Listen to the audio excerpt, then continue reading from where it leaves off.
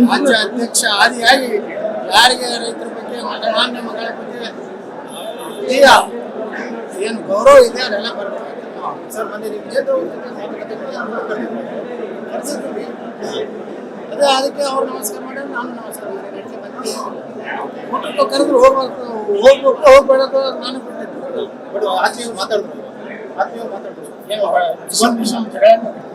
ಬಳಿಕ ಸರ್ ನಮಸ್ಕಾರ ಮಾತಾಡ್ತಾರೆ ಹೆಂಗೆ ಅವನು ನಮಸ್ಕಾರ ಮಾಡ್ತಾರೆ, ಒಳಗೆ ಏನ್ ಮಾಡ್ತಿರ್ತಾರೆ ಯಾರಿಗೆ ಮುಂದೆ ನಮಸ್ಕಾರ ಮಾಡೋರು ಭಾಳ ಡೇಂಜರ್.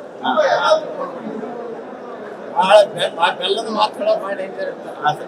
ನಮ್ಮವರಿಂದ ಬೆನ್ನಾಗ ಆಗ್ತಾರೆ. ಜಮೀರ್ ಅಹಮದ್ ಕೂಡ ಭೇಟಿ ಆದ್ರಿ, ಜಮೀರ್ ಅವ್ರು ಕೂಡ ಭೇಟಿ ಆದ್ರಿ ಸರ್, ಜಮೀರ್ ಅಹಮದ್ ಅವ್ರು ಕೂಡ ಭೇಟಿ ಆಗಿದ್ರಿ. ಜಮೀರ್ ಅಹಮದ್ ಅಲ್ಪಸಂಖ್ಯಾತ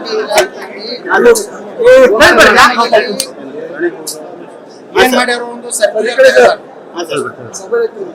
ಯಾವುದೇ ಅನುದಾನ ಯಾವುದೇ ಯೋಜನೆಗಳು ಅಲ್ಪಸಂಖ್ಯಾತ ಇಲಾಖೆಯಲ್ಲಿ ಬರುವಂತ ಯೋಜನೆಗಳಲ್ಲಿ 80% ಮುಸ್ಲಿಮರಿಗೆ, 10% ಕ್ರಿಶ್ಚಿಯನ್ರಿಗೆ, 10% ಅಲ್ಲಿ ಜೈನರು, ಬೌದ್ಧರು, ಸಿಖ್ರು, ಪಾರ್ಸಿಗಳು ಹಿಂಗ ವರ್ಗೀಕರಣ ಮಾಡ್ಯಾರ. ನಾನು ನೀನೇ ಪ್ರಶ್ನೆ ಮಾಡಿದ್ದೇನಂದ್ರೆ ಯಾವುದೇ ಸಮುದಾಯಕ್ಕೆ ಸ್ಪೆಸಿಫಿಕ್ ಆಗಿ ಅಲ್ಪಸಂಖ್ಯಾತರದೇ ಒಂದು ಇದು ಕ್ಯಾಟಗರಿ, ಅದ್ರಾಗ ಮತ್ತೆ ಇವ್ರು ಜಾತಿ ಮಾಡಕ್ ಹೋಗ್ಯಾರ. ಅದು ನಾವು ಒಪ್ಪೋದಿಲ್ಲ. ಒಂದೊಂದು ಕಡೆ ಕ್ರಿಶ್ಚಿಯನ್ ಜಾಸ್ತಿ ಅದ, ದಕ್ಷಿಣ ಕನ್ನಡದಲ್ಲಿ ಕ್ರಿಶ್ಚಿಯನ್ ಕೆಲವೊಂದು ಕ್ಷೇತ್ರದಲ್ಲಿ ಜಾಸ್ತಿ ಅದ, ಕೆಲವೊಂದು ಕಡೆ ಜೈನ ಸಮುದಾಯ, ಉಡುಪಿ ಕ್ಷೇತ್ರದಲ್ಲಿ ನಮ್ಮ ಕಾರ್ಕಳ ಕ್ಷೇತ್ರದಲ್ಲಿ ಜೈನ ಸಮುದಾಯ ಜಾಸ್ತಿ ಅದಾರ.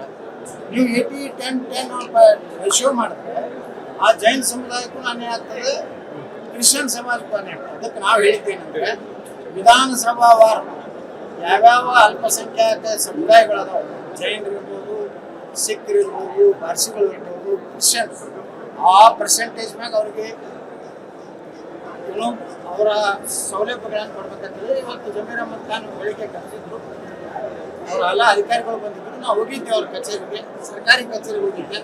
ನಾನು ಮನೆಗೆ ಹೋಗಲ್ಲ ಬಿರಿಯಾನಿ ತಿಂದಿಲ್ಲ. ನಾವು ಹೋಗಿನಿ. ನನ್ನ ಕ್ಷೇತ್ರಕ್ಕೂ ಒಂದಿಷ್ಟು ಮನೆಗಳು ಅವರು ಡಿಲೀಟ್ ಮಾಡಿದ್ರು, 1285 ಮನೆ, ಅದನ್ನು ಪುನಃ ಇದು ಮಾಡ್ಬೇಕಂತೇಳಿ ಪತ್ರ ಕೊಟ್ಟಿದ್ದೀನಿ. ಇನ್ನು ಬಿಜಾಪುರನಾಗ ನಮೋನಗರ ಅಂತ ಸುಮಾರು 1493 ಮನೆಗಳು ರೆಡಿಯಾಗಿವೆ. ಇನ್ನೂ ನನಗೆ ಬಿಜಾಪುರ ಕ್ಷೇತ್ರದಲ್ಲಿ ಸುಮಾರು 2500 ಮನೆಗಳು ಬರಬೇಕಾಗಿವೆ.